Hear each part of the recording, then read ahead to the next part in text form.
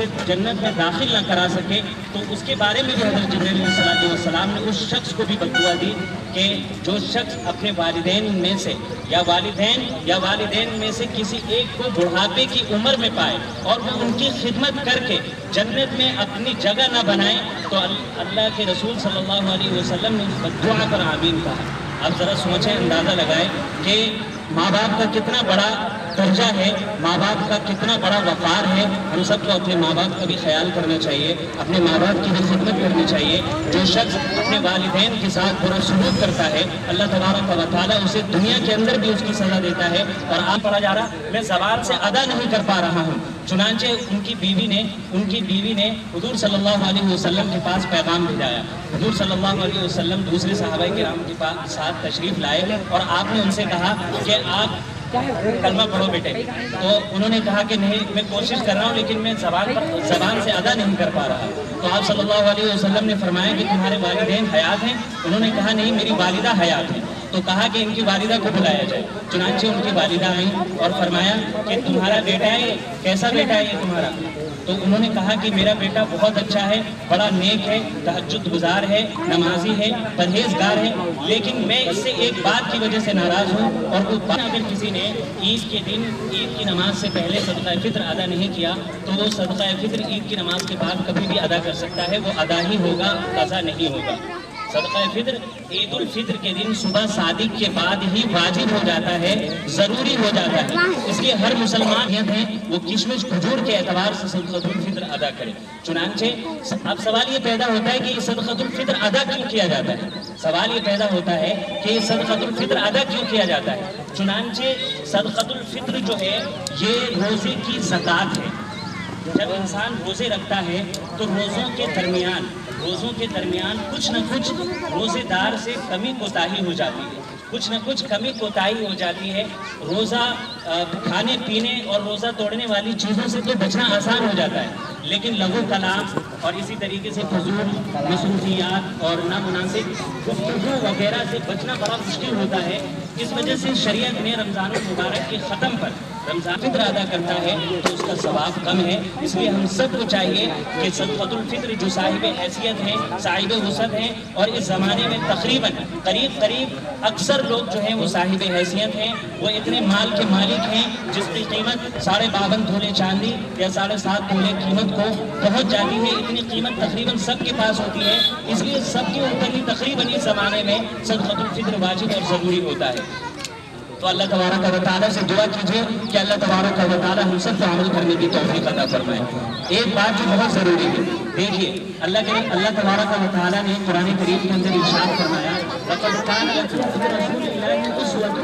آپ صلی اللہ علیہ وسلم کے اخلاق کو دیکھیے، آپ کے اخلاق اتنے عظیم اور آپ کے اخلاق اتنے بلند تھے کہ دنیا کے اندر آج تک کسی کے اتنے اخلاق بلند نہیں ہوئے، اور کیسے ہو سکتے ہیں؟ اللہ تبارک و تعالیٰ خود قرآن کریم کے اندر ارشاد فرماتا ہے وَإِنَّكَ لَعَلَىٰ خُلُقٍ عَظِيمٍ، کہ آپ اخلاق کے اعلیٰ پیمانے پر ہے، آپ اخلاق کے اعلیٰ پیمانے پر ہے۔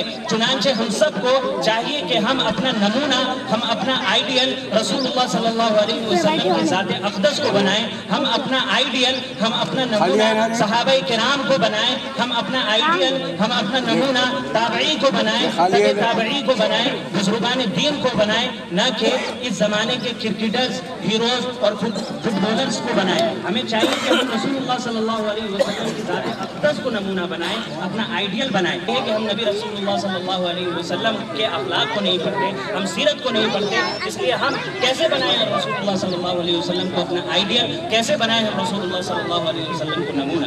اگر آپ رسول اللہ صلی اللہ علیہ وسلم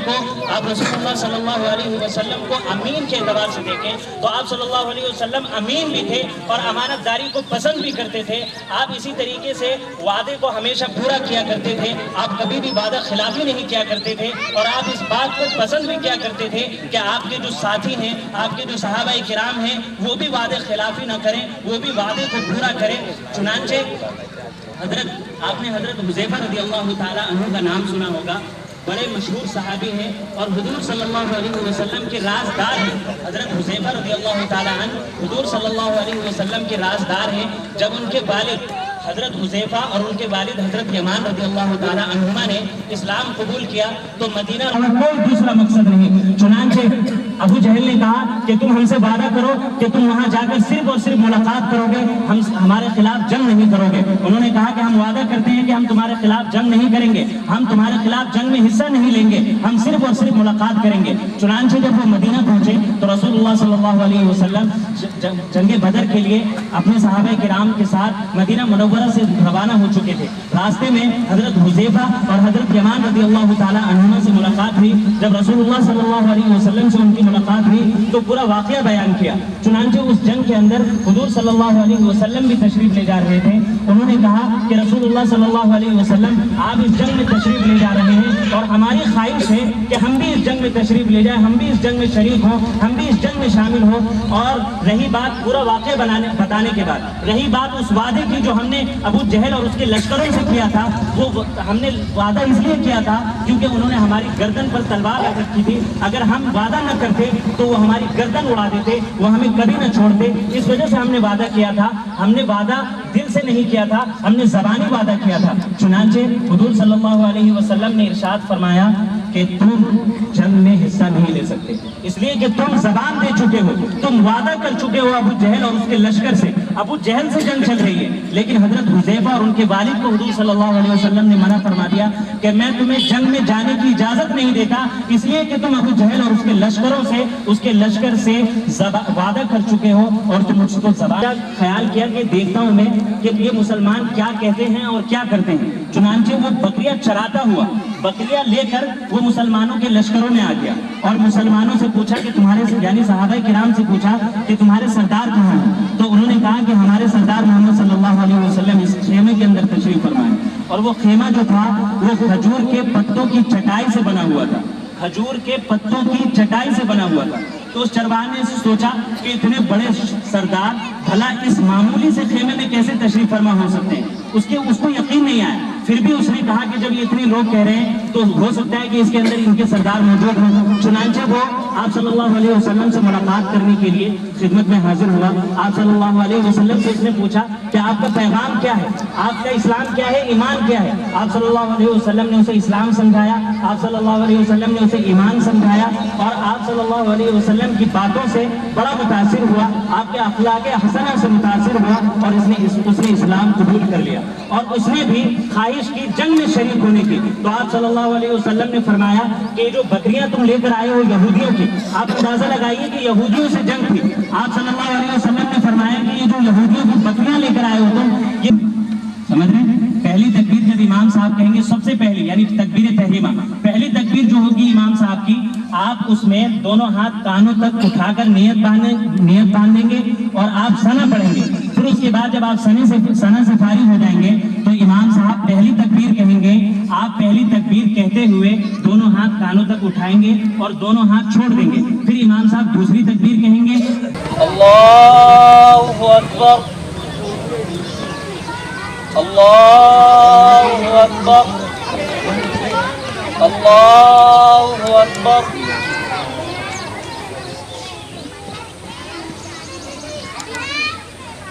الحمد لله رب العالمين الرحمن الرحيم مالك يوم الدين إياك نعبد وإياك باسم ربك الأعلى الذي خلق فسوى والذي قدر فهدى والذي أخرج المرعى فجعله غثاء أحوى سنقرئك فلا تنسى إلا ما شاء الله إنه يعلم الجهر وما يخفى ونيسرك لليسرى فذكر.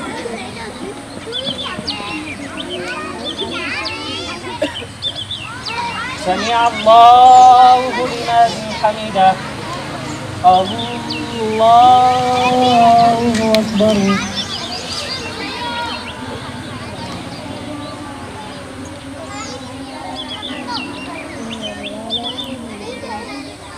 الله أكبر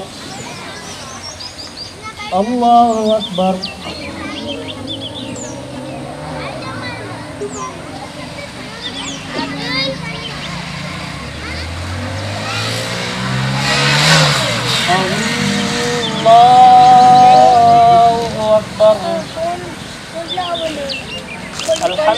لله رب العالمين.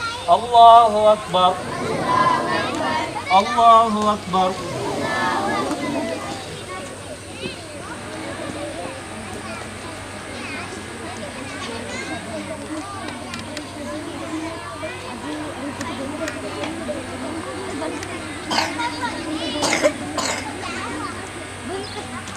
سمع الله لمن حمده. الله أكبر الله أكبر.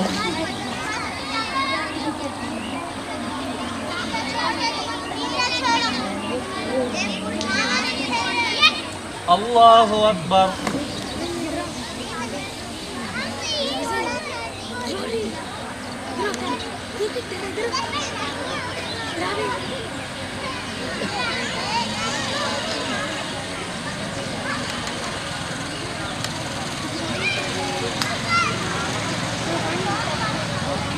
السلام عليكم ورحمة الله. الله أكبر.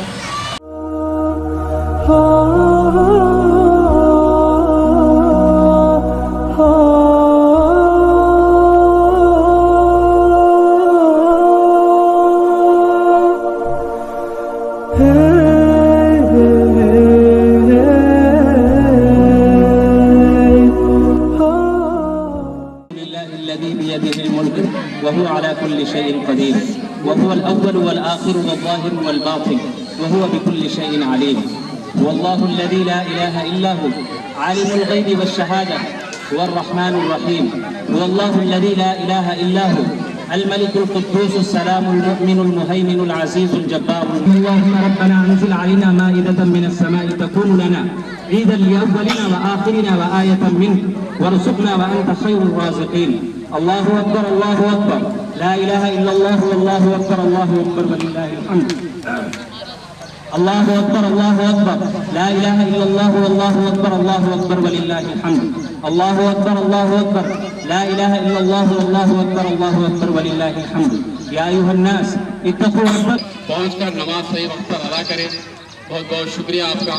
لیکن وہ یہ خیال رکھیں عیدیں یہ جو سال میں جو دو عیدیں آتی ہیں عیدوں کی نماز کا موقع ایسا ہوتا ہے کہ جتنے گاؤں کے دو محلے کے مسلمان ایک جگہ اکٹھا ہوتے ہیں پھر اطراف کے 2-3 دیہات کے مسلمان بھی اپنے پاس تشریف لاتے ہیں.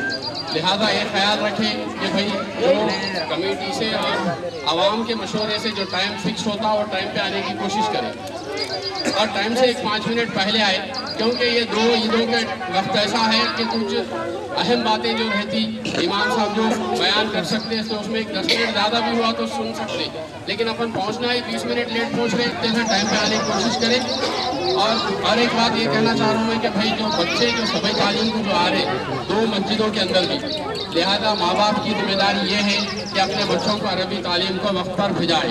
ایسا ہو رہا دیکھنے میں آ رہا کہ 2 بچے 4 بچے آ رہے. دیکھیے زندگی میں بچپن سے جب دین رہیں گا صبح تعلیم رہے گی مسجد کی عادت رہے گی بچوں کو تو یہ تہہ دل سے شکریہ ادا کرتے ہیں وی ڈی سی والوں کا اور پنچایت کا.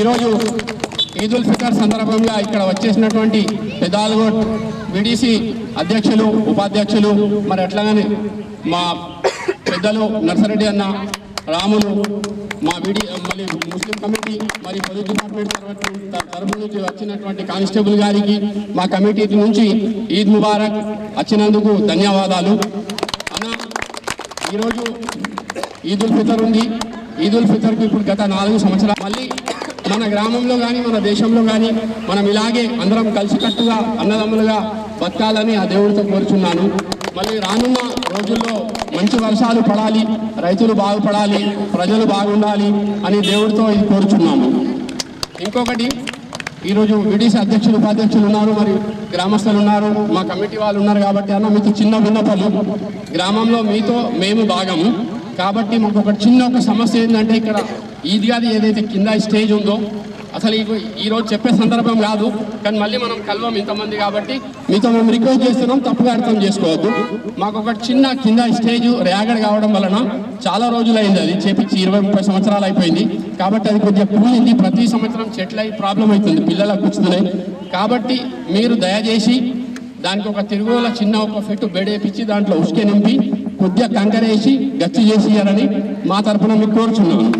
ఎందుకంటే మేము కూడా మీతోనే భాగం, మేము మీతోనే ఉంటున్నాం కాబట్టి మీరు అది ఒక చిన్న పని చేస్తే, ఇప్పుడు మీ కమిటీ చేస్తే జీవితాంతం యాద ఉంటుంది. గంగారెడ్డి అన్న ఉండే సదర్, అప్పుడు ఉదయ వైస్ సదర్ ఉండే అని. కాబట్టి మేము మీతో ఒక చిన్న కోరిక కోరుచున్నాము అన్న. మాట్లాడు. రంజాన్ శుభాకాంక్షలు. ముస్లిం సోదరులందరికీ రంజాన్ శుభాకాంక్షలు. ముస్లిం సోదరులందరికీ రంజాన్ శుభాకాంక్షలు. ముస్లిం సోదరులందరికీ రంజాన్ శుభాకాంక్షలు. Thank you. వచ్చినందుకు చాలా రైట్. ఖుదా హాఫీజ్.